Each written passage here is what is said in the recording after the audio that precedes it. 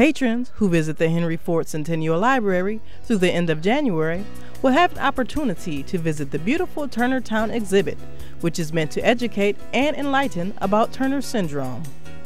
It's an interactive educational display that's meant to entertain people of all ages. This display of dollhouses is meant to raise awareness for Turner syndrome and nonverbal learning disabilities.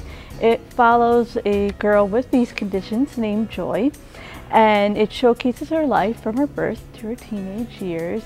And basically it follows her as she grows and some of the challenges and symptoms of these conditions. It's a chromosomal disorder that only affects women. Basically, instead of the usual genetic pattern of having two X chromosomes, women with Turner syndrome have one that is damaged or missing from some of the cells of the body. It is estimated to affect about 1 in 2,500 live births. Unfortunately, there's less than 1% chance of women with Turner syndrome actually making it to be born, so it's hard to get an exact estimate. There are symptoms associated with Turner syndrome, but this doesn't mean those affected can't lead full and active lives. There are height deficits for every girl. It robs 8 inches off your height. Without growth hormone treatment, they average about 4'7", 4'8", but they could get up to maybe 5 feet, like I am, if they have growth hormone treatment. There may be some heart, kidney issues.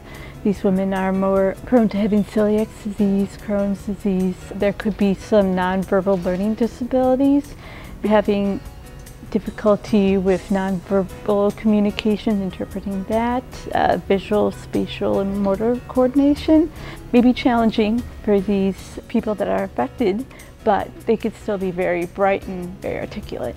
Jennifer had several reasons for starting this exhibit that will be featured throughout the Metro Detroit area, in addition to Henry Ford Centennial Library.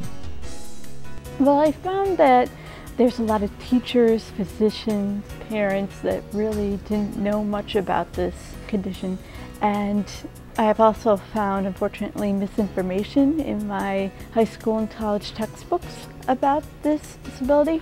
So I felt it was important to raise attention among the general public about it. And I thought this would be a creative, unique way to showcase about a disability in new light. This exhibit of beautifully detailed dollhouses didn't happen overnight. It's been a labor of love and a long time in the making to create this wonderful display. I inherited a couple of dollhouses from my mom's aunt. Actually, this is one of them that she made. She hand-made each one of these stones when she was in her 70s, actually.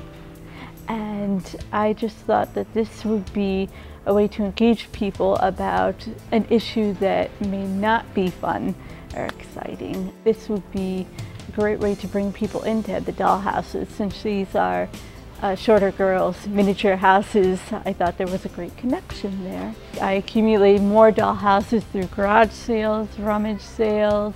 Some people have generously donated a few of the dollhouses. Some were being thrown out in the street, and we've refurbished them and gave them a new life to put in the display.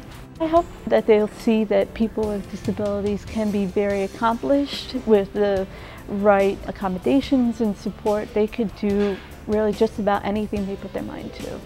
I would encourage any viewers to go to see the Turner Syndrome Society of the United States website. It's www.turnersyndrome.org, and they have a lot of great information about Turner syndrome and a lot of resources to help families with TS. This is actually one of their buttons with their symbol and motto, "Short Happens." If anybody would be willing to generously donate to the organization, I'm sure they would really appreciate it. We also have a lot of informational brochures and placards and cards from the Turner Society up in front of the exhibit. There's still plenty of time to visit this beautiful and educational display. This exhibit will be here until January 31st, 2012. And I chose this library because I thought it was a great facility. It's a beautiful library that seems to serve a lot of people in the community. And I hope that the people of Dearborn will really enjoy it.